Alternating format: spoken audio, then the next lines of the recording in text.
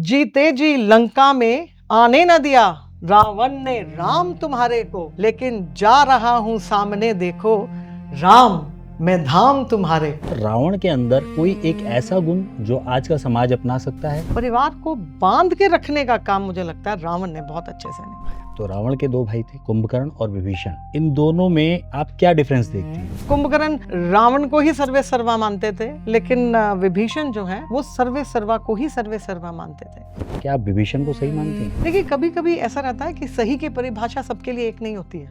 Ma'am, क्या आप मानते हैं कि जो आज के कलाकार हैं उन्हें रामायण का थोड़ा सा भी ज्ञान है? ये बड़ा कंट्रोवर्शियल मेरा जवाब हो जाएगा, लेकिन अगर आप मेरी आत्मा से पूछें तो मुझे लगता है कि जितना ज्ञान होना चाहिए उतना नहीं है। अगर देखा जाए तो महिला किरदार ही सीता माता का पात्र निभाती हैं मंच पर, शबरी का किरदार निभाती हैं, तो राम का क्यों नहीं निभा सकती? हमने जब उनसे पूछा थाने में बैठ के विद मेन इन यूनिफॉर्म सामने बैठे, हमने पूछा क्यों नहीं निभा सकते, वो कहते जी औरतें अपवित्र होती हैं। क्या रामलीला एक संस्कृति है या एक परंपरा जो कि आज धीरे धीरे खत्म होती जा रही है? क्या मानती हैं आप? देखिए, रामलीला हमारे सनातन की जड़ है और ये हमारी संस्कृति भी है और ऐसी परंपरा भी है जो ना तो कभी खत्म हुई ना होगी। मैम, क्या आप मानते हैं कि रामलीला का मंच एक राजनीतिक मंच बन चुका है आज की डेट में? जो ऑर्गेनाइजर्स हैं ये उनकी मजबूरी भी है, बिकॉज दे नीड फंड्स। आज का जो समाज है, आपको लगता है कि जो महिलाएं इसमें पार्टिसिपेट करती हैं उसको अलग रूप में देख रहा है कि नहीं, महिलाओं को नहीं करना चाहिए मंचन? वो तो हमें खुल के बोलते हैं कि हम जो है पथराव करेंगे, हम लाठीचार्ज करेंगे। ऐसी मानसिक स्थिति का कारण क्या है? जो अपने आप को समझते हैं कि हमें सनातन का ज्यादा ज्ञान है, उन्होंने कभी सनातन को गहराई से समझने का प्रयास ही नहीं किया। जो आपके जितने भी कलाकार या आर्टिस्ट हैं या जो आपका जो मंच है, इसको कहीं सम्मानित किया गया किसी मंच के द्वारा या सरकार के द्वारा? आज आप यहाँ बैठे हैं और हमसे हमारी रामलीला की बात कर रहे हैं, इससे बड़ा सम्मान क्या होगा? किस रावण की बाहें काटूं, किस लंका में आग लगाऊं, घर घर लंका जन जन रावण, इतने राम कहां से लाऊं?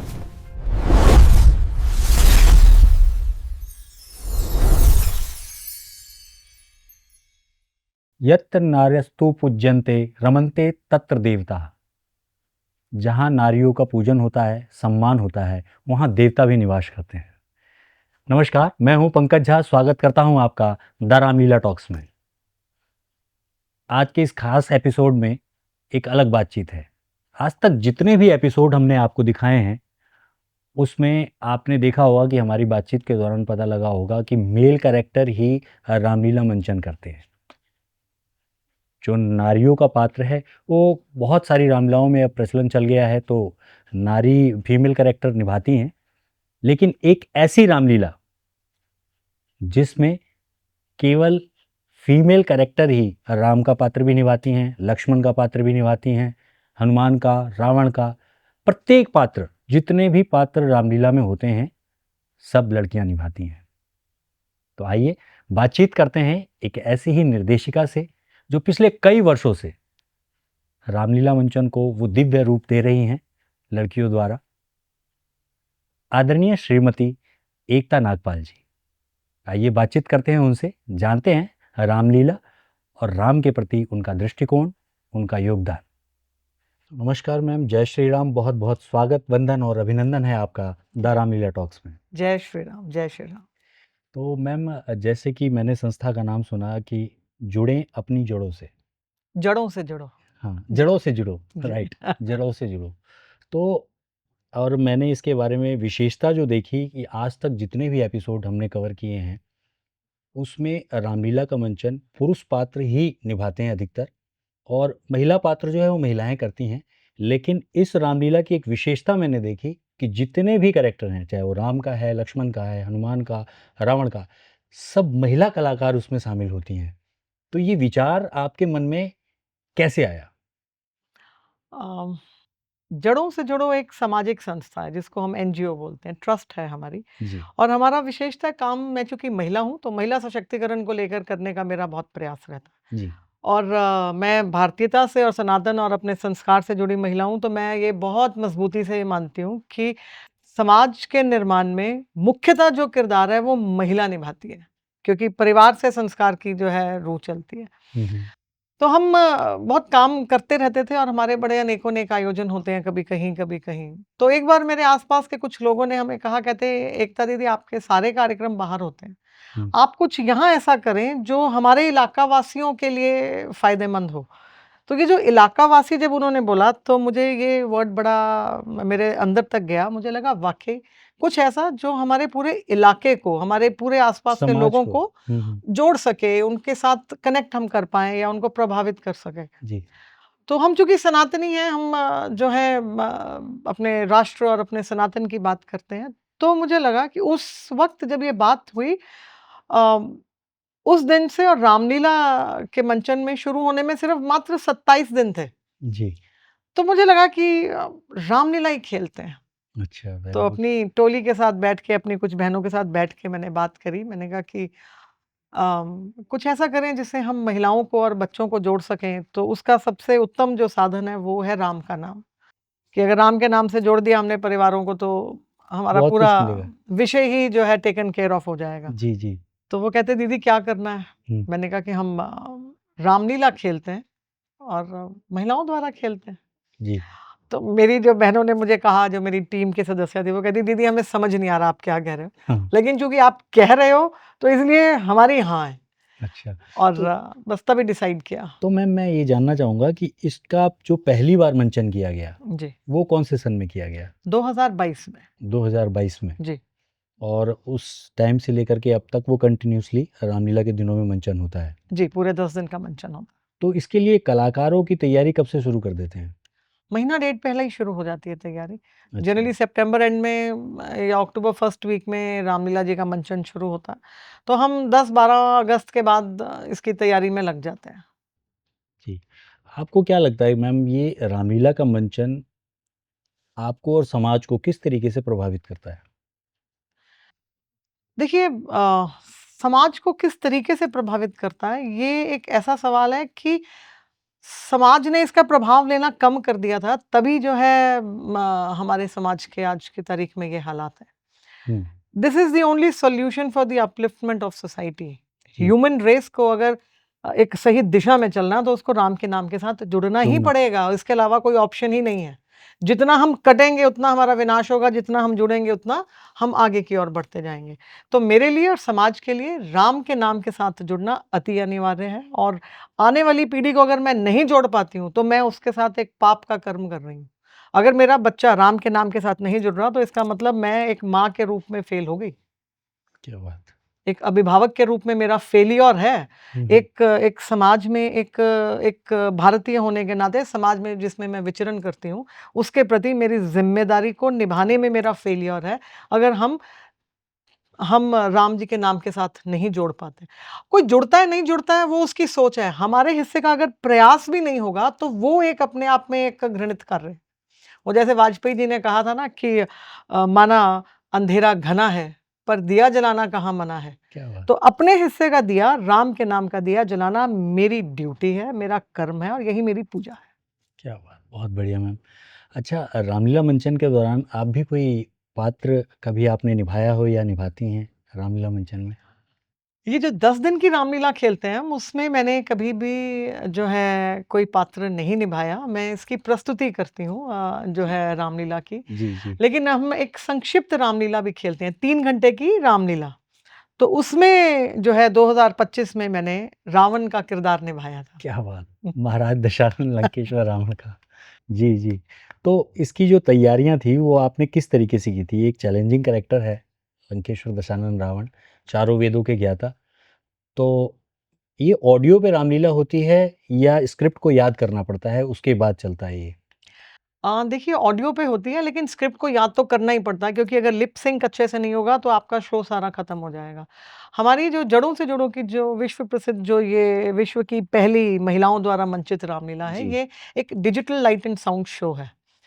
इसमें जो है पीछे एलईडी वॉल होती है, हमारे कर्टन्स दूसरे नहीं होते, हमारे एलईडी वॉल होती है, उस पे जी। पीछे सीन चलता है। ऑडियो पे डायलॉग्स चलते हैं, और जो किरदार है वो अपना अभिनय किरदार प्रस्तुत निभाता है। करते हैं। जी, तो ये 3 जो है चीज़ों का लाइट, साउंड साउंड और जो एक्ट प्ले है, उसका कलाकार की कॉम्बिनेशन जो है इस रामलीला में हमारा रहता है। जी, जी। तो रावण का कोई डायलॉग अगर आपको याद हो तो हमारे दर्शकों को आप सुना सकती हैं, कोई सा भी, कहीं से भी। रावण का एक ऐसा डायलॉग है जो मेरे दिल के बहुत करीब है, जी। और मुझे ये लगता है कि सारांश है वो सनातन का और राम के नाम का, कि राम, क्या पर्सनैलिटी रही होगी राम की। आई fail to understand Ram ji. कितना विशाल हृदय, कितनी विशाल उनकी सोच, और रावण, उसका जो उसका अहंकार जिसने उसका अंत भी किया, ये बड़ा डेडली कॉम्बिनेशन है राम जी के किरदार का और रावण के किरदार का। ये उस समय का डायलॉग है जब रावण का अंत हो जाता है, उसको जी। तीर लग जाता है, जी, जी। राम जो है उसको तीर मारते हैं और लक्ष्मण को भेजते हैं उसके पास कि तुम जाओ और शिक्षा लो। ये बहुत बड़ा ब्राह्मण था रावण। तो वो जब उसके पास रावण के पास जब लक्ष्मण जाते हैं तो वो बोलते हैं कि दो चीजें तुमको हमेशा ध्यान रखनी है। एक तो अच्छे काम को डिले मत करना, उसको जल्दी कर देना, जी। और यदि बुरा काम मन में आए तो तो उसको जितना डिले मर्जी करना। और फिर वो जैसे उनके सिर के पास लक्ष्मण खड़े होते हैं, सामने राम, हुँ, तो रावण जो है एक डायलॉग बोलते हैं उस वक्त। रावण बोलते हैं कि जीते जी लंका में आने न दिया रावण ने राम तुम्हारे को, लेकिन जा रहा हूं सामने देखो राम मैं धाम तुम्हारे को। क्या बात है! कि मैंने जीते जी तुझे नहीं अंदर आने दिया, क्या बात! लेकिन क्या तू मुझे रोकेगा? तू तो राम है, तेरे धाम में तो तेरे सामने जा रहा हूं, रोकेगा तुम क्या? यहीं हो, मैं तुमसे पहले तुम्हारे धाम हाँ, जा रहा हूँ। तो राम के किरदार की विशालता और रावण का वो तना हुआ और तना सीना इस डायलॉग जी, में जी। मुझे बहुत अच्छा लगता है कि जीते जी लंका में आने न दिया रावण ने राम तुम्हारे को, क्या बात! लक्ष्मण को ना, कि राम तुम्हारे को, हाँ, लेकिन जा रहा हूँ राम देखो सामने ही तेरे धाम तुम्हारे को। तो क्या बहुत उत्तम जो है। और रामायण का तो एक एक डायलॉग जो है ज्ञान और विज्ञान से भरा। तो अगर रावण की हम बात करें तो रावण चारों वेदों के ज्ञाता थे जी। और महान शिव भक्त थे। जी। इसके अलावा रावण के अंदर कोई एक ऐसा गुण जो आज का समाज अपना सकता है और एक ऐसा अवगुण जिसके कारण उसका पतन हुआ, क्या मानते हैं आप? देखिए, अवगुण तो उसका अहंकार। जिसके कारण अहंकार उसका पतन हुआ? तो सबसे बड़ी एक वजह है जी। माने अंत की। लेकिन सीखने का जो है उसका कि अ, उसने अपने परिवार को कैसे बांध के रखा। एक विभीषण और शूर्पणखा उसके रियल जो है ब्लड स्ट्रीम के भाई बहन नहीं थे। उसका अच्छा, जो सगा खून का जो भाई था वो कुंभकर्ण था। अच्छा। वो दूसरी माँ से थे विभीषण, और जो है वो उसने अपने शूर्पणखा। परिवार को कैसे बांध के रखा। उसने अपने बेटे में कैसे संस्कार दिए। मेघनाथ ने अपने प्राण त्याग दिए लेकिन अपने बाप से नहीं वो विमुख हुआ। हुँ, उसका भाई कुंभकर्ण, उसको मालूम था मेरा अंत आने वाला, लेकिन उसने अपने भाई के साथ खड़े होने का जो है जज्बा दिखाया। परिवार को बांध के रखने का काम मुझे लगता है रावण ने बहुत अच्छे से निभाया। जी, कि वो अच्छे थे, बुरे थे, परिवार को मालूम था। मतलब मुझे ये लगता है कि एक भाई कुंभकर्ण जैसा होना चाहिए, जिसको मालूम हो कि भाई गलत कर रहा है, गलत दिशा में जा रहा है, लेकिन अंतिम श्वास तक उसके साथ खड़ा है। ये कहीं था तो ये रावण के भाई में ये किरदार था। मेघनाथ को मालूम था, मेघनाथ को एक बार उसकी माँ ने बोला कि तू क्यों नहीं राम की शरण में जाता, तू राम के पास जा। तो वो कहता है मैं राम की शरण में जाता हूँ, मैं उसके बारे में सोचता हूँ माँ, लेकिन मैं जब भी राम के बारे में सोचता हूँ तो मुझे ये लगता है कि अपने पिता के कर्तव्य के लिए कुछ भी कर दो। अपने पिता की ज़बान रखने के लिए प्राण न्यौछावर कर दो। ये मैंने राम से ही सीखा है। क्या बात है! तो ये जो है पुत्र का किरदार उसके परिवार में मुझे हम जनरली हम एग्जाम्पल देते हैं दशरथ और राम जी का, कि एक जी, ऐसा पुत्र जिसने पिता की बात रखने के लिए, लेकिन मेघनाथ ने भी तो अपने बाप की लाज रखने के लिए प्राण त्याग दिए। जी। पिता पुत्र के संबंध में, प्रेम में वहां भी कोई कमी नहीं है। तो परिवार को बांध के रखना तो जिसकी इसमें आज के समाज को जरूरत है। जी, जी, जी। रामायण का कोई सा भी पक्ष हो, एक पक्ष है, एक विपक्ष है। जी। अगर हम देखते हैं दोनों पक्षों को तो रावण की तरफ एक चीज़ ऐसी दिखाई देती है, जो उसका अहंकार है, जिसने उसका पतन किया और उसका नाश हुआ। लेकिन अगर मैं बात करूँ, एक क्वेश्चन मन में आ रहा है कि अगर हम भाई देखें, हम्म, तो रावण के 2 भाई थे, जी। कुंभकर्ण और विभीषण। जी। इन दोनों में आप क्या डिफरेंस देखती हैं? देखिए, डिफरेंस इसमें ये है कि कुंभकर्ण जो है वो अपने भाई की गलतियों में भी उसके साथ था, जी, और विभीषण भी अपने भाई के साथ ही सदा खड़ा रहा। वो तो रावण ने ही उनको जो है दुत्कारा और उनको जो है वो बाहर निकाला। उसकी इसमें सिर्फ फ़र्क आइडियोलॉजी का है। वो जो है कुंभकर्ण रावण को ही सर्वे सर्वा मानते थे, लेकिन विभीषण जो है वो सर्वे सर्वा को ही सर्वे सर्वा मानते थे। वो सही और गलत की पहचान अपने भाई को बताते थे, उनको समझाने का प्रयास करते थे, लेकिन वो रावण ने नहीं समझा और जो है उनका सर्वे सर्वा के प्रति अपना जो समर्पण था, वो कम नहीं हुआ। और ये रावण वाज़ वेरी इंटेलिजेंट, उसने देख लिया, तो उसने विभीषण को जो है बाहर किया। तो फ़र्क यही था कि तो बेस्ट किसको मानती हैं आप, कुंभकर्ण को, कि जिसने देखा कि मेरे भाई के सिर पे विपत्ति है हुँ, और उसका साथ दिया? उसने कहा कि मृत्यु निश्चित है, कोई बात नहीं, बिल्कुल। लेकिन मैं अंत समय में अपने भाई को संकट में छोड़ करके नहीं जाऊंगा। हुँ, अगर विभीषण की मैं बात करूं, तो बेशक से उसने रावण ने उसे भगा दिया हो, हुँ। राम जी की शरण में वो चला गया, ठीक है, उसने भक्ति की, लेकिन मृत्यु का कारण भी विभीषण बना। क्या आप विभीषण को सही मानते हैं? देखिए, कभी-कभी ऐसा रहता है कि सही की परिभाषा सबके लिए एक नहीं होती है। हम्म, अपने-अपने परिप्रेक्ष्य से हम देखते हैं, तो कोई चीज़ आपके लिए सही हो सकती है, वो मेरे लिए गलत हो सकती है। जो मेरे लिए सही है, वो आपके लिए गलत हो सकती है। इसमें मैं दोनों को ही सही मानती हूँ। वो कुंभकर्ण तो जैसे मैंने अभी आपसे कहा कि एक ऐसा भाई होना चाहिए कि हम सही कर रहे हैं, गलत कर रहे हैं, हमें पता है कि मेरा भाई खड़ा है पीछे। एक हौसला और हिम्मत देता है। जी। लेकिन विभीषण के किरदार पे हम क्वेश्चन मार्क कैसे लगा सकते हैं? उसे मालूम था कि आने वाला समय मुझे कलंकित करेगा। आज भी लोकोक्तियाँ हैं कि घर का भेदी लंका ढाए, है ना? हम्म। आज भी इतिहास उसको उस नाम से याद करता है। और अगर हम बच्चों के नाम की बात करें, तो हुँ। कहीं पे भी ऐसा शब्द नहीं मिलता कि किसी ने अपने बच्चे का नाम विभीषण रखा हो। देखिए, घर में, परिवार में जो है राक्षसी परंपरा का कोई भी नाम नहीं रखा जाता। रावण भी आपने नहीं सुना होगा, हम्म, आपने मंदोदरी भी नहीं सुना होगा, हम्म, आपने मेघनाथ भी नहीं सुना होगा, आपने विभीषण नहीं सुना होगा, आपने कुंभकर्ण नहीं सुना होगा। ये जो राक्षसी दल के जो नाम हैं, जनरली परिवारों में नहीं रखे जाते हैं। तो ये तो एक परंपरा हमारे सनातन की है कि हम पॉजिटिव की बात करते हैं, नेगेटिव को तो हम प्रमोट ही नहीं करते। तो विभीषण का अपना एक किरदार और उनका अपना एक किरदार। मैम, क्या आप मानते हैं कि जो आज के कलाकार हैं, हुँ। उन्हें रामायण का थोड़ा सा भी ज्ञान है? ये बड़ा कंट्रोवर्शियल मेरा जवाब हो जाएगा, लेकिन अगर आप मेरी आत्मा से पूछें, तो मुझे लगता है कि जितना ज्ञान होना चाहिए उतना नहीं है। जी, मतलब जैसे आपके साथ जो रामलीला मंचन में जितनी भी स्त्रियां जुड़ी हुई हैं, महिला पात्र जो भी निभाती है मंच पर, तो उन लोगों को बेसिकली आपको ये बहुत छोटी मोटी चीज़ नहीं है, बहुत बड़ी चुनौती है। उस चुनौती का सामना किस प्रकार से किया आपने? रामलीला मंचन से लेकर के हो, हुँ। चाहे उनको डायलॉग्स देने से हो, या उनका पारिवारिक हो, कि रामलीला मंचन में लाना एक छोटी बहुत बहुत बड़ी चीज़ है, बहुत बड़ी चुनौती है। तो उसको किस रूप में देखा आपने? कैसी चुनौतियाँ आपके सामने आई? चुनौतियाँ बहुत अलग-अलग प्रकार की आई, जैसा शायद हमारे भाइयों ने कभी उन चुनौतियों का सामना नहीं किया होगा। ये चूँकि महिलाओं का विषय था, तो जी। सोच लिया हमने कि हमने महिला जो है टोली ने, हमने रामलीला जी का मंचन करना है। हुँ, हुँ। लेकिन हमारी तो कभी पुश्तों में किसी ने रामलीला नहीं खेली और मुझे तो रामलीला जी देखे ही सदियाँ हो गई थी। बहुत साल हो गए थे कि पूरे 10 दिन की रामलीला देखी हो कभी। तो सिर्फ़ एक निर्णय था कि डिसाइड कर लिया कि हमें करना है और उसके बाद चैलेंजेस बहुत आए कि कैसे करेंगे? पैसा कितना लगता है? कलाकार कहाँ से आएँगे? स्क्रिप्ट कहाँ से आएगी? हमें सिखाएगा कौन? कपड़े-लत्ते कहाँ से आएँगे? जगह कहाँ पे फाइनल करेंगे? मंच कैसे बनाना होता है? इसमें लाइट्स का क्या सिस्टम होता है?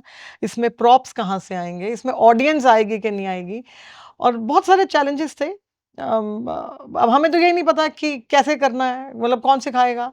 जी, तो अपने इधर-उधर बात करी, सबसे पहले तो एक फ़ोन करके एक जानकार जो रामलीला से जुड़े हुए जुड़े थे, हुए। उनसे हमने पूछा कि भई खर्चा कितना आता है? जी, उन्होंने एक अमाउंट बताया कि इतना एक खर्चा आता है। वो खर्चा हमारे लिए बहुत बड़ा था। मैंने कहा, उन्होंने हमें उस वक़्त बताया 4-5 लाख रुपया। अच्छा। मैंने कहा 4-5 लाख रुपया एक संस्था, हम तो साधारण सी मतलब काम करने वाले लोग हैं, हम कहाँ से लाएँगे? हुँ, हुँ। लेकिन वही रामलीला की हमारे को कॉस्टिंग 18-20 लाख रुपए में हमने करी। जी, तो फिर उसके बाद हुआ कि कलाकार कहाँ से आएँगे? कलाकार भी अपनी टोली से बात करी तो बहनें कुछ चलो इकट्ठा इधर-उधर, हुए। फिर कुछ एक मीडिया ने हमें बड़ा सपोर्ट किया, उन्होंने अखबारों में खबरें लगाई कि ऐसे ऑडिशंस होने हैं। अब ऑडिशंस होने हैं, अब ऑडिशन किस डायलॉग पे लेना है? वो डायलॉग कहाँ से आएगा? स्क्रिप्ट स्क्रिप्ट चाहिए वो जी। हमें तब मालूम पड़ा कि इसके तो कुछ सेट एंड पेट स्क्रिप्ट्स हैं, उन्हीं के ऊपर पूरे भारत में और विश्व में रामलीलाएं खेली जाती हैं। जी अब वो अरेंज करनी थी, वो हमारी टोली में से किसी ने अरेंज करी, किसी ने कहीं से मंगाई, किसी ने कहीं से मंगाई। चलिए फिर हमें लगा कि हमें सिखाएगा कौन। जी तो एक जानकार ने कहा कि हमारे पहले हुआ करते थे एक डायरेक्टर साहब, तो मैं उनसे बात करता हूँ। तो हमने उनसे जब विषय रखा अपना, तो वो कहते हैं कि मैं अपनी बेटियों को सिखाऊंगा, मैं साथ दूंगा। फिर चैलेंज आया कपड़े, पोशाक चाहिए क्योंकि जो पोशाक जो रहती है वो पुरुषों की होती है। जी। अब महिलाओं को तो, पुरुषों के तो सारे नीचे के वस्त्र रहते हैं, ऊपर तो वस्त्र ही नहीं होते, आभूषण होते नहीं हैं। होते आभूषण। अब हमारे लिए एक वो भी चैलेंज था कि महिलाओं के लिए तो बहुत हमको सभ्य तरीके से प्रस्तुति चाहिए, इसके कपड़े कैसे अरेंज करेंगे, वो एक हमने चैलेंज फेस किया। फिर ये सारी चीजें तो फिर भी टेकन केयर ऑफ हो गई, क्योंकि ये हम कर, अब जब हमने सब चीजें अरेंज हो गई, रिहर्सल शुरू हुई, तो एक दो दिन जब देखा तो मुझे समझ में आया कि हमारे साथ बहनें ऐसी थी, वो कहती हम तो कभी मंच पे ही नहीं गए। कोई 60 साल की माँ वो कहती मुझे तो एकता, मुझे तो मंच पे बेटा बिल्कुल भी आदत नहीं है। अब जो गृहिणियां वो कहें हमें तो याद ही नहीं हम मंच पे कब चढ़े थे, कभी स्कूल कॉलेज में कभी गए थे, अब तो बच्चे कॉलेज जाने वाले हो गए। तो किसी भी तरीके से चलिए वो जब चैलेंज पूरा हुआ, तो उसके बाद जब उनको देखा करते हुए, तो मुझे लगा कि ये अगर डायलॉग भूल गई, किसी भी तरीके से हिम्मत करके मंच पे आ रही है हमारी बहन बेटी या माँ, लेकिन अगर वो वहां आके अपना डायलॉग भूल गई और एक बारी कॉन्फिडेंस अगर हिल गया, तो हुटिंग हो जाएगी ऑडियंस में, और कॉन्फिडेंस और हमारा सीन तो प्लान गया भी सारा। बेकार हो जाएगा जी। फिर वहीं बैठे बैठे मैंने मतलब third day fourth day decide किया कि इसकी डबिंग करानी पड़ेगी, कि I need to give them support system, तो वॉइस रिकॉर्ड की इनको सपोर्ट सिस्टम देना पड़ेगा। फिर डबिंग पे बात आई, मुझे सबने कहा जी डबिंग तो कम से कम 1 महीने का काम है, तब तक सिर्फ 15 दिन रह गए थे रामलीला जी के मंचन में। जी। मैं कहा कोई नहीं, ज्यादा मेहनत कर लेंगे। मुझे आज भी याद है हमारे जो है चौबे भाई साहब, उन्होंने रात के 12-12 1-1 बजे तक स्टूडियो में उन्होंने जो है काम किया। जी और कभी-कभी तो ऐसा होता था कि हम जा ही नहीं पाते थे, उनको एक स्क्रिप्ट दी, वो अपने आप बुलाते थे लोगों को, उनसे डबिंग कराते थे, और बहुत बहुत साथ दिया हमारे लोगों ने, समाज ने बहुत साथ दिया। लेकिन इन सब चैलेंजेस को तो हमने चलो किसी भी तरीके से कवर किया। हमें सबसे बड़ा चैलेंज वो तब आया जब समाज के कुछ ठेकेदार सामने आ गए। ठेकेदार। जी हाँ, हमारे धर्म के कुछ ठेकेदार जो हैं सनातन में, वो आए कि महिला रामलीला का मंचन नहीं कर सकती, अच्छा। कि महिला राम कैसे बनेंगी, महिला लक्ष्मण कैसे बन जाएगी, महिला अंगद कैसे बनेगी, महिला हनुमान कैसे बनेगी, महिला परशुराम कैसे बनेगी, महिला नहीं बन सकती। तो एक वो जंग शुरू हुई। अब बाकी सारी चीजें वो सेकेंडरी, वो हमें मालूम था कि हम कर लेंगे। ये एक बड़ा अनएक्सपेक्टेड सा चैलेंज था। हमें तो लगा था कि शायद लोग खुश होंगे कि हम ऐसी-ऐसी महिलाओं को जो क्लब में जाती थी, जो किटीज़ में जाती थी, उनको वहाँ से हटा करके हमने रामलीला के मंच के साथ जोड़ा। जो कि रामलीला मंचन तो समाज को एक अच्छा संदेश देता है। जी, बहुत तो बढ़िया। बहुत मेजर चैलेंज इस बात पे आया कि महिलाएं रामलीला का मंचन नहीं कर सकती, ये अनैतिक है। ऑब्जेक्शन लगाया। ऑब्जेक्शन लगाया, थानों में कंप्लेंट्स गई, मतलब बहुत सारा वो एक चैलेंज जो है वो फेस करना हमारे लिए डिफिकल्ट नहीं था। वो मुझे लगता है कि बूस्टर डोज ही वही थी। अच्छा। उसने हमें ये हौसला दिया कि मैं एक महिला हूँ, अगर मैं राम को जन्म दे सकती हूँ, अगर मैं हनुमान जी को जन्म दे सकती हूँ, तो क्या किरदार नहीं निभा सकती? क्या बात, कि हम बहुत बढ़िया। निभाएंगे, हम जी। कुछ गलत नहीं कर रहे। हमने फिर वहां निर्णय लिया, हमारे साथ फिर समाज के बहुत से लोग जुड़े। इस अपने आप बहुत महान लोगों के, हस्तियों के, प्रोमिनेंट लोगों के हमें फ़ोन आने शुरू हुए कि एकता जी हमने सुना है लोग आपको ऐसे बोल रहे हैं। तो एक तरफ अगर कुछ लोगों ने विरोध किया, तो बहुत बड़ा एक हुजूम था लोगों का जो हमारे साथ भी खड़ा था। तो ये एक चैलेंज था जो which has become a mission of my life now. अब मुझे ये लगता है कि मैं अपने अंतिम श्वास तक, अभी भी हमें 4 साल हो गए हैं इसकी प्रस्तुति करते को, अभी भी हर साल वो ठेकेदार खड़े हो जाते हैं और फिर मंचन भी होता है, और लोग उतना हमारे साथ जुड़ते भी हैं, क्योंकि कहीं न कहीं सबको एक इस चीज़ का तो बड़ा क्लियर है कि एक महिला क्यों नहीं बन सकती? जब एक विवाहित पुरुष तो हनुमान जी का किरदार निभा सकता है, हमारे यहाँ तो हम तो जो है अनमैरिड लड़की से जो है तो ये अगर करवाते हैं। देखा जाए तो महिला किरदार ही सीता माता का पात्र निभाती हैं मंच पर, शबरी का किरदार निभाती हैं, तो राम का क्यों नहीं निभा सकती? अगर सोचने वाली बात है। राम जी सीता बन सकते हैं, क्योंकि अभी तक तो पुरुष ही सब किरदार निभाते थे। जी। वो चाहे मंदोदरी का किरदार हो, वो चाहे सीता माँ का किरदार हो, वो चाहे कौशल्या माँ का किरदार हो, सब किरदार तो पुरुष निभाते थे। कि एक पुरुष तो सीता माँ का किरदार निभा सकता है, इसका मतलब सीता माँ की पवित्रता नहीं है, आप हमें ये कह रहे हैं कि राम के किरदार में, हनुमान जी के किरदार में बहुत पवित्रता है, इसलिए महिलाएं नहीं निभा सकती। हमने जब उनसे पूछा थाने में बैठ के विद मेन इन यूनिफॉर्म सामने बैठे, हमने पूछा क्यों नहीं निभा सकते, वो कहते जी औरतें अपवित्र होती हैं। ये स्टेटमेंट, ये आज के 21वीं सदी की बात कर रही हूं मैं। और जब मेरे साथ जो बात हुई है तो उन्होंने कहा कि औरतें अपवित्र होती हैं क्योंकि उनको मेंस्ट्रुअल साइकिल आता है, इसीलिए वो किरदार नहीं निभा सकती हैं, खासतौर पे हनुमान जी का और जो है राम जी का। तो एक आदमी जिसके घर में 4 बच्चे हैं, विवाहित है, वो सीता माँ का किरदार निभा सकता है, वो पवित्र नहीं हुआ?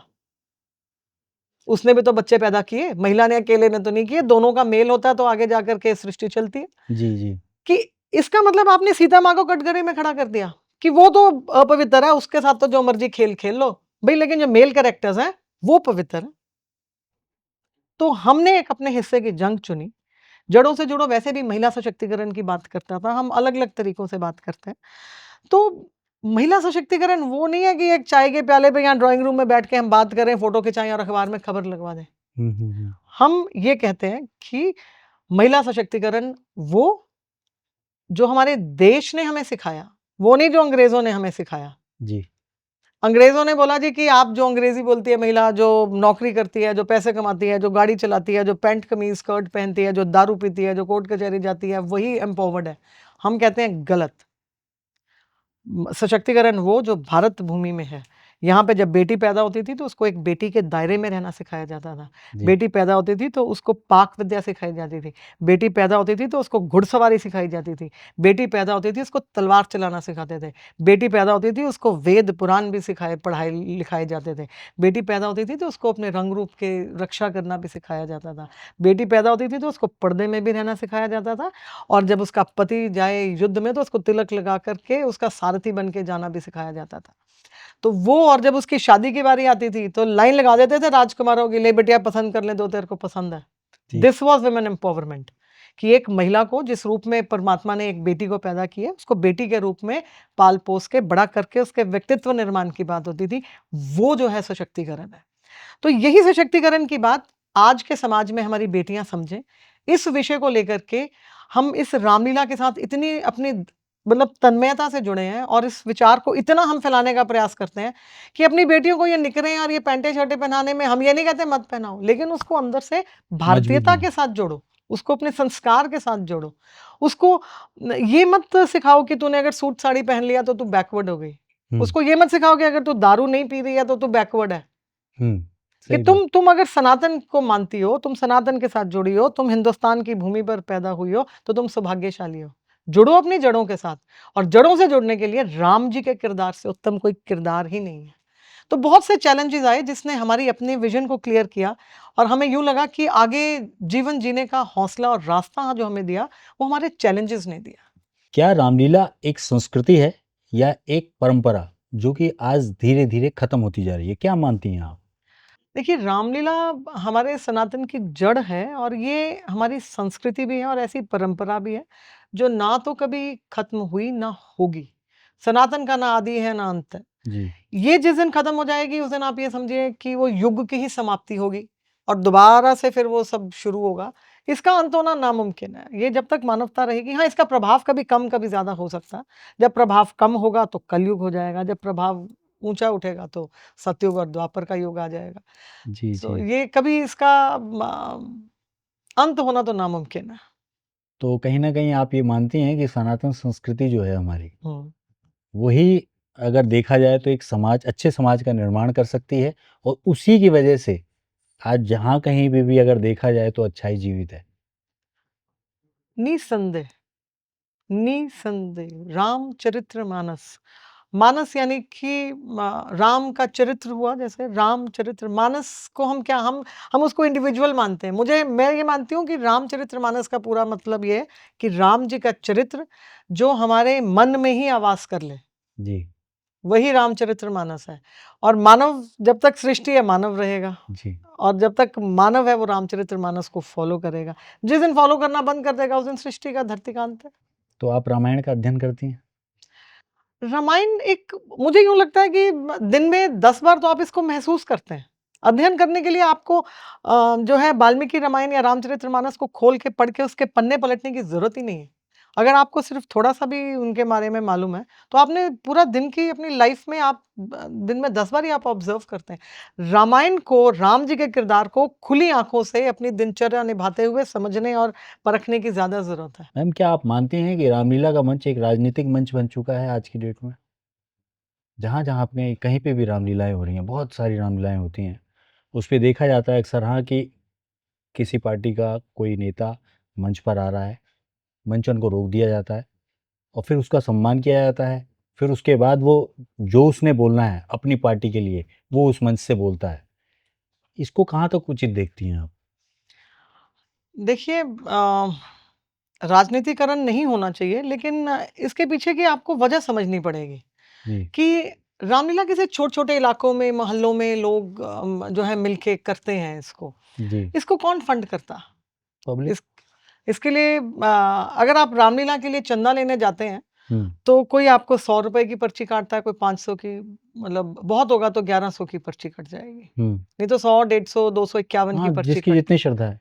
उससे उनकी श्रद्धा ठीक है, लेकिन एक मंचन के लिए आपको एक बेसिक अमाउंट चाहिए उसकी प्रेज़ेंटेशन के लिए। जी। अगर आपको प्रेज़ेंटेशन को इम्प्रूव करना है, क्यों हमारे बच्चे कटते गए इससे? क्योंकि इसकी प्रस्तुति में ही वो दम नहीं रहा, और वो इसलिए नहीं रहा क्योंकि इसकी फंडिंग में प्रॉब्लम। देखिए, बिना पैसे के तो कुछ भी नहीं होता। नहीं होता। जी। हम आम समाज के लोग हैं। अगर उद्यमी आएगा, सिर्फ राजनीति वाले नहीं आते हैं इसमें, अगर कोई बड़े डोनर्स भी हैं, मान लीजिए रामलीला के मंचन में किसी ने एक अमाउंट जो है डोनेट किया, तो उनको भी वो मंच पे बुला के ऑनर करते हैं और वो अपने विषय की जो है वो बात रखता है। कोई पॉलिटिशियन है तो उसने अगर कुछ चंदा दिया है तो वो आकर के अपने विषय, उसका विषय तो उसकी पॉलिटिकल पार्टी है। तो ये जो ऑर्गेनाइजर्स हैं, ये उनकी मजबूरी भी है, बिकॉज़ दे नीड फंड्स, उनको पैसा चाहिए है।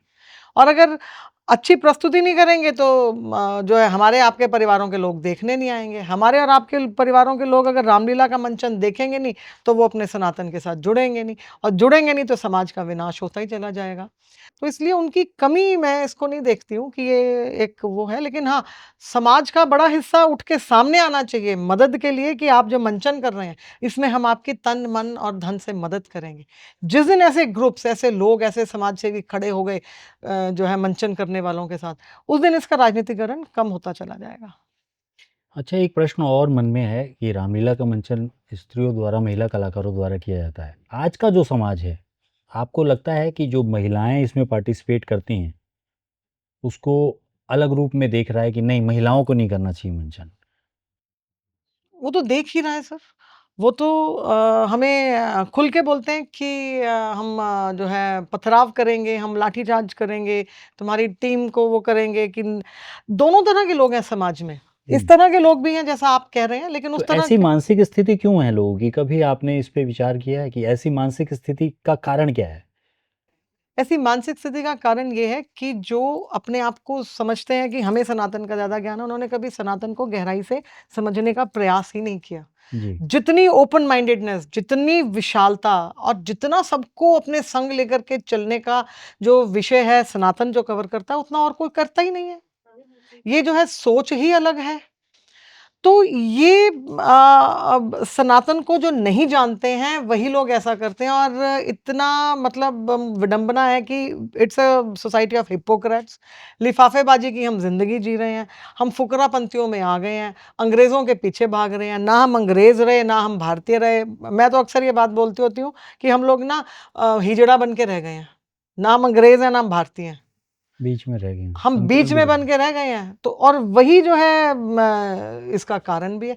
जिस दिन हम बहुत अच्छे से अपने सनातन को समझ जाएंगे, उस दिन ये सब संशय खत्म हो जाएगा, और जिस दिन हम बहुत अच्छे से अंग्रेज भी बन जाएंगे, उस दिन भी ये संशय खत्म हो जाएगा। हाँ, एक तरफ को तो चले जाएँगे कम से कम। आप ये देखिए, हम कपड़े लत्ते में तो और लाइफस्टाइल में तो फॉलो करते हैं अंग्रेजों को, जी। ठीक है ना। हमको जो है अभद्र कपड़ों में सड़क पे जाती लड़की तो पसंद है, हुँ, हुँ। लेकिन अगर वो अपनी बेटी है तो हमारे को दिक्कत है। क्यों?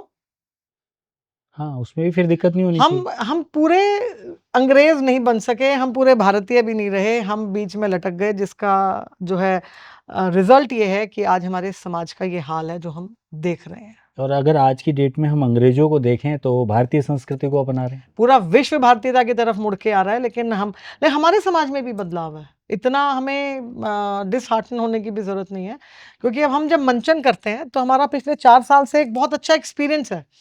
हमने जब ये रामलीला खेलने की बात करी तो हमारे को बीच में बहुत से लोग आए जो हमें पहली बारी में जिन्होंने हमें कहा कि आपको पता है कैसे करते हैं रामलीला? हुँ, मैंने कहा जी हमने तो आज तक करी नहीं है, हमारा पहला प्रयास है। कहते जी। हैं आपने रिबन कटाना है, आपने ये करना है वो। हमने कहा नहीं हम रिबन नहीं कटाएँगे। हुँ, हमारा कोई भी अगर मुख्य अतिथि आएगा हम रिबन नहीं कटाएँगे। कहते आप सारी दुनिया रिबन कटाती है, आप जिस मर्ज़ी रामलीला में चले जाओ। हुँ, मैंने कहा जी सनातन में काटने की परंपरा ही नहीं है। हुँ। हम दीप रखेंगे और दीप प्रज्वलन दीप की प्रज्वलित प्रक्रिया करेंगे। करेंगे। जी, बहुत हमारे बढ़िया। दीप प्रज्वलित होगा, काटने की बात ही सनातन में नहीं है। तो हम अपने जो है कॉन्सेप्ट से चले थे। फिर किसी ने हमें कहा कि आप बीच में भांड रखो, आप चुटकुले बुलाने वाले रखो, आप गीत-संगीत जो है बीच में रखो, कोई नाच-गाना कोई करने वाले बीच में रखो, तभी लोग टिकेंगे। या फिर हमें किसी ने कहा कि आप ना चाट पकौड़ी वाले और वो खाने-पीने वाले स्टॉल्स स्टॉल्स ज़रूर लगाओ। रखना, ताकि जो है लोग आपके पास आएँ। जी, तो ये 2-3 चीज़ें थी जो हमने दिमाग में बिठाई, हमने कहा कि हम ना तो भांड को बुलाएँगे, ना कोई गीतकार आएगा, ना कोई चुटकुले सुनाने वाला आएगा। हमें 2 स्टॉल्स वालों ने खाने-पीने के स्टॉल्स वालों ने पैसे दिए हुए थे, कि अच्छा। हम स्टॉल्स लगाएँगे, आप हमसे कुछ डोनेशन ले लो। जी, हमने उनके पैसे वापसी कर दिए। हमने कहा कि हमको स्टॉल्स नहीं चाहिए। हमने उनको भी वापस कर दिया। पैसे की कमी थी बावजूद इसके वापस किया, क्योंकि हमने एक चैलेंज ये लिया कि ये जो भ्रांतियाँ हमारे समाज में है ना कि खाने-पीने के लिए लोग राम के नाम पे आएँगे, नाच वाली देखने के लिए आएँगे, ऐसा नहीं है। हम वहाँ पे ऑडियंस को बिठाने का प्रयास करेंगे और राम के नाम के साथ बिठाने का प्रयास करेंगे। हम में दम होगा तो हम बिठा लेंगे। राम ने अगर हमको शक्ति देनी होगी, हमें देगा, और जो बैठेगा वो राम जी के नाम पे बैठेगा। वो चाट पकौड़ी या गडेरी वो मूँगफली रेवड़ी खाने के लिए नहीं बैठेगा। मतलब आएगा रामलीला मंचन से कुछ लेकर के जाएगा। उसके लिए हमारी प्रस्तुति में दम होना चाहिए। जी, अगर हमारी प्रेजेंटेशन ही वीक है तो कैसे लोग आएँगे? और हमारा टारगेट भी यही था कि अच्छे पढ़े-लिखे लोगों के लोग उस बच्चे भी आएँ इसमें। और हमारा प्लस पॉइंट ये रहा कि हमारी जो बहनें थी इसमें, इसमें कोई डॉक्टर, कोई इंजीनियर, कोई प्रोफ़ेसर, कोई आर्किटेक्ट, कोई लॉयर, कोई रियल एस्टेट से, कोई जो है बुटीक की जो है ओनर, कोई गवर्नमेंट जॉब में, कोई होम मेकर, कोई सब रिटायर्ड, पढ़े-लिखे। कोई स्टूडेंट्स। जी, तो आस-पास की जो सोसाइटी पढ़े-लिखे परिवारों की महिलाएँ थीं। तो मैं खुद जो है यहाँ पर सोशली एक्टिव हूँ, तो अपना भी थोड़ा कुछ 2 लोग जानते थे। तो उन्हीं लोगों को हमारे को इनवाइट करने की ज़रूरत थी। क्योंकि अगर आप समाज में देखोगे ना, जो क्लास 4 है, उनकी जो महिला है ना, वो आज भी माँग पूरा भरती है, वो आज भी बिछिया पहनती है, वो आज भी होली, दिवाली पे सारे काम छोड़ कर के अपना त्योहार मनाने के लिए जाती है। जी, वो जो है और जो बहुत ऊपर वाले लोग हैं, वो तो बहुत ही ज़्यादा सनातन से जुड़े हैं, वो तो भगवान का नाम लिए बिना कुछ भी नहीं करते हैं। हमारी और आप वाली कैटेगरी है ना, जो middle and upper middle class, ये डिरेल हुई हुई है। दिशाहीन हो गई है। बिल्कुल दिशाहीन है। हुँ, हुँ। कोई संस्था, कोई एनजीओज़, कोई सरकारें, कोई नहीं इनकी तरफ ध्यान देता। एनजीओज़ को भी काम करना होता है तो आज ब्लड डोनेशन कैंप लग गया, आज कहीं पे गरीबों की बस्तियों में चले गए, आज हमने गरीबों को पढ़ा दिया, गरीब बेटियों की शादियाँ कर दी। बहुत उत्तम कार्य है। हम ये नहीं कह रहे कि वो गलत है। लेकिन मेरे बच्चे का क्या? उसे जी, कौन सँभालेगा? उसे दिशा कौन देगा? इसीलिए हमने अपनी संस्था में ये सोचा कि हम ऐसी कम्युनिटी पे काम करेंगे जिसको इस सोच की ज़रूरत है। आप आने वाले सालों में आप देखिए, जो भी इंडस्ट्री है, वो सर्विस इंडस्ट्री है, वो बिज़नेस है, वो जो भी है, समाज में हमारे और आपके बच्चे सँभालते हैं। वो चाहे नौकरी है, चाहे व्यापार है या कुछ और भी काम है।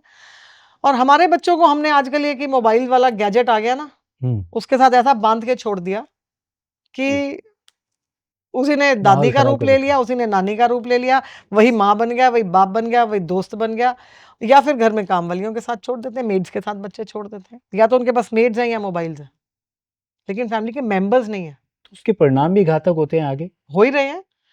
तो तो वही लोग अपने माँ-बाप को बुढ़ापे में छोड़ कर के चले जाते हैं। इसीलिए जो है लोगों को जोड़ना, लोगों को साथ बिठाना, ये कुछ चीज़ें हैं कि हमारे जैसे परिवारों के लोग आएँ ज़रूर इसको देखने के लिए, हमारे बच्चे देखें, ये एक प्रयास हमारा रहता है। अच्छा मैम, मैं ये जानना चाहूँगा कि ये रामलीला का मंचन जब होता है, तो पब्लिक की क्राउड कितनी आती होगी कम से कम देखने के लिए वहाँ पर? अम मेरा एक पर्सनल एक्सपीरियंस में, क्योंकि हमने बहुत चैलेंजेस के बाद जो है मंचन इसका हुआ। सब चैलेंजेस के बाद वो दिन आया हुँ, जब रामलीला जी का मंचन। पहला दिन, पहला मंचन हमारा 8:30 का टाइम था, और 8:45 के करीब टीम्स अपना तैयार हो रही हैं, सब हम फील्ड वाले लोग लगे हुए हैं, पंडाल सजा हुआ। अब मैं अपने एक टीममेट के साथ खड़ी और मैंने कहा कि आज क्या होगा 15 मिनट बाद, समय हुँ, होने वाला। वो कहता दीदी कोई बात नहीं। हुँ, 8 बज गए, कोई भी नहीं आया, कोई भी नहीं। फिर उसके बाद जो कलाकार हैं उनके परिवारों के लोग आने शुरू हुए। जी, फिर 8:15 होते-होते थोड़ी-सी आम जनता जो है आई। 8:20 तक हुजूम आने शुरू हुए, ग्रुप्स के ग्रुप्स आने ये फर्स्ट शुरू डे हो की ये बात है। फर्स्ट डे की बात। जी, और 8:25 तक हमने जितनी कुर्सियाँ लगाई थी, हमारी सब कुर्सियाँ भर गई। 8:35-40 तक आस-पास लोग खड़े थे, दीवारों पे लोग चढ़ गए, आस-पास के शोरूम्स पे चढ़ गए और 9 बजे तक तो सड़कों पे जाम लग गया, पुलिस को आकर के ट्रैफिक कंट्रोल करना पड़ा। और वो हमारा पहला दिन मंचन का था और लोगों ने इतना प्रेम और स्नेह दिया कि हमें अगले ही दिन कुर्सियाँ बढ़ानी पड़ी। वो भी कम पड़ गई, हमको तीसरे दिन हमने फिर कुर्सियाँ बढ़ाई और उसके बाद वहाँ पर और जगह नहीं थी और कुर्सियाँ लगाने की। हज़ारों की तादाद में लोगों ने इस मंचन को जो है देखा और आज तक देख रहे हैं। लोग अच्छी चीज़ों से जुड़ते हैं, जी, उन्हें अच्छी चीज़ दो तो सही, क्वालिटी प्रोडक्ट चाहिए, आप प्रोवाइड तो करो। होता क्या है कि बच्चा जब बाज़ार में जाता है ना, जब वो 10th-12th में जब बड़ा हो जाता है, अपनी फैमिली से बाहर निकलता है, उसको बहुत से लोग मिलते हैं, कोई कहेगा आजा लॉन्ग ड्राइव पे चलते हैं, कोई कहेगा चल आजा पब चलते हैं, कोई कहेगा चल आजा दारू तेरे को ये टेस्ट कराता हूँ। कितने लोग हैं जो उसको कहेंगे कि चल आजा दिशा लाइब्रेरी विहीन चलते करती हैं, है। जी, जी, कितने लोग हैं जो कहेंगे कि चल आज किसी संत के साथ बैठते हैं, कितने लोग हैं जो उसको कहते हैं कि चल आजा आज रामलीला में चलते हैं। प्लेटफ़ॉर्म्स क्रिएट करो, लोग आते हैं। जुड़ते हैं। जी, जी। अच्छा ये अगर रामलीला मंचन की अगर मैं बात करूँ, तो जो आपके जितने भी कलाकार या आर्टिस्ट हैं या जो आपका जो मंच है, इसको कहीं सम्मानित किया गया किसी मंच के द्वारा या सरकार के द्वारा, कभी ऐसा हुआ? आज आप यहाँ बैठे हैं और हमसे हमारी रामलीला की बात कर रहे हैं, इससे बड़ा सम्मान क्या होगा? जी, हमारे चै जब जब आम जनता आपको जो है आपके काम के लिए बधाई देनी शुरू कर दे, उससे उत्तम कोई सम्मान ही नहीं है। जी, जी। जनता जो है जिसके लिए हम काम कर रहे हैं, हम काम ही लोगों के लिए कर रहे हैं और जब लोग प्रेम और स्नेह देते हैं, तो उससे ऊपर कोई सम्मान हमारे लिए है ही नहीं। तो मैम चलते-चलते मेरा अंतिम प्रश्न आपसे ये होगा कि आप एक ये महिलाओं की जो रामलीला की जो ये आपने पहल की है, इस मंच से आप आज के जनमानस को क्या संदेश देना चाहेंगी?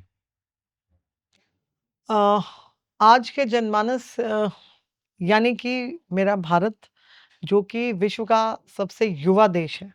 हम बहुत आसानी से अपने युवाओं को आज की डेट में बोल देते हैं कि आजकल के युवा, आजकल के बच्चे, आजकल के ये ऐसे हैं, वैसे हैं।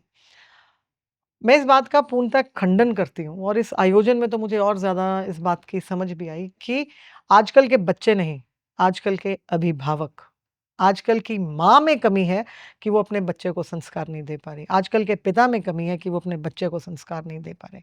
बच्चे तो गीली मिट्टी हैं, आप उसको जो रूप देंगे वो रूप जो है ले लेंगे।